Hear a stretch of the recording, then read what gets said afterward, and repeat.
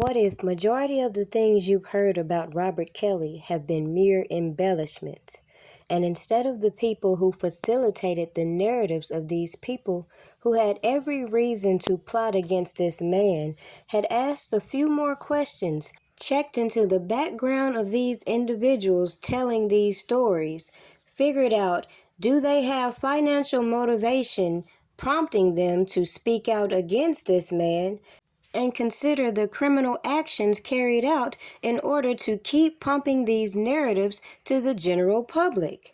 Now what if, just what if, people like Tasha K, who was a great boost for them, had done just that? The receipts are checking out, but if all the receipts are checking out that I'm going to put out, R. Kelly may be innocent.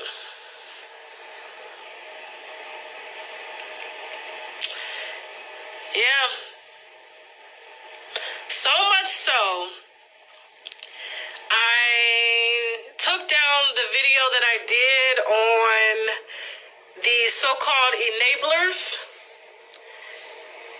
because I got that information from Angelo, Tim Savage, Cash Jones. Who else? Who else gave me that information? It was so many people. Lisa Van Allen. Yeah. Oh, yeah. It's so bad. Now, before there was a surviving R. Kelly, you had the Savages and others putting all these narratives on social media.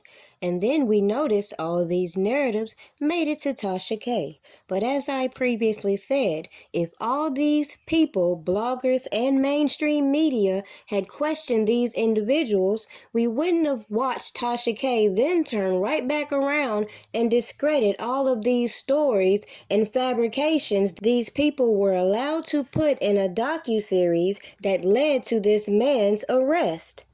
Now, people were able to accept these narratives because, of course, they're hanging on to his first trial and how these people reconstructed these charges just to bring that back up. And as I said a long time ago, they used this docuseries to merge other individuals to make their case, sort of say. But let's talk about that tape. So we, the general public, are supposed to keep giving credit to this infamous tape and bypass the obvious extortion, fabrications, and criminal activities that were carried on to facilitate this narrative to begin with.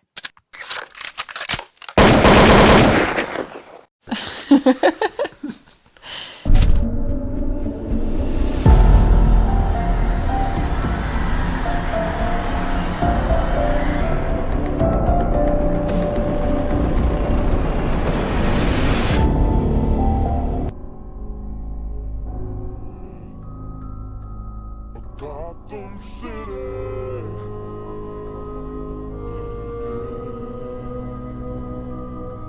a city of justice, a city of love, a city of peace, every one of us.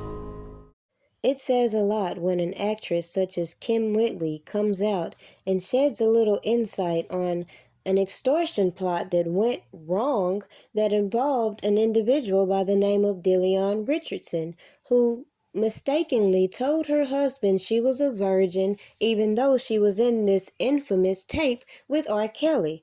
When individuals tried to run the same extortion plot on her, her husband tipped off the FBI. So again, more questions as to why the FBI didn't properly investigate all the strange circumstances involving this infamous tape, especially when you have sketchy individuals who have acquired certain tapes, manipulated these tapes, and distributed these tapes.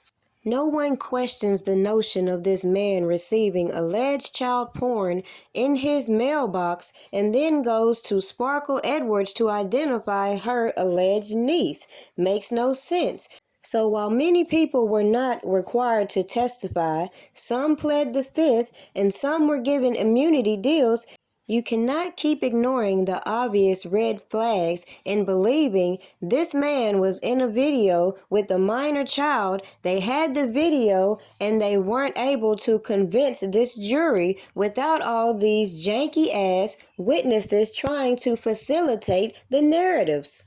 I'm not going to continue listening to the stories from Porky Pig, aka Jim Derogatis, when he's exploiting these women, alleged victims, talking about he wants justice, but he wouldn't even testify in court as he continued to write his janky-ass stories and recruit his allies. So at the end of the day, there's so many questions about this infamous tape, and I'm still on the side that I believe the tape was doctored and put out there to give the public ample reasons to turn their back on obvious corruption.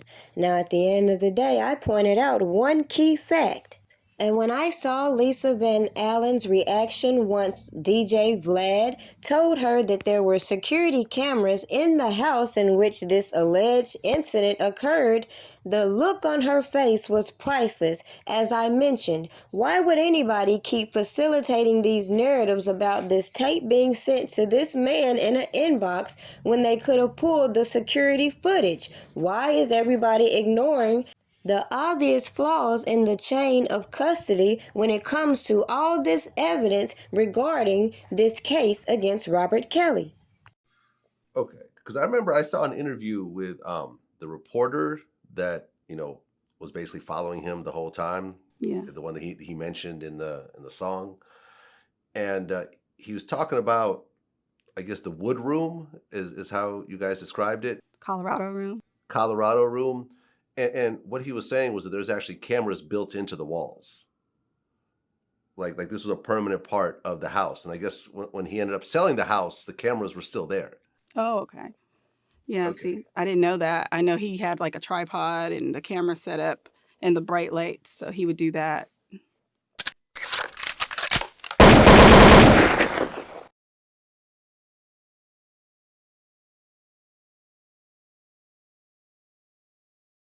Well, I don't know either. But she called Tamara after I told her. I said, listen, the truth gonna come out, goddammit. You keep on fucking with my daughter, the truth is gonna come out. You need to fucking leave her alone. Oh, wait a minute. Well, hold on. Back up. So Tamara knows already? Yeah, She know the truth? hell yeah, I told her. So then I don't understand how they know all of the truth about these people, but they still allowing them to be a part of it.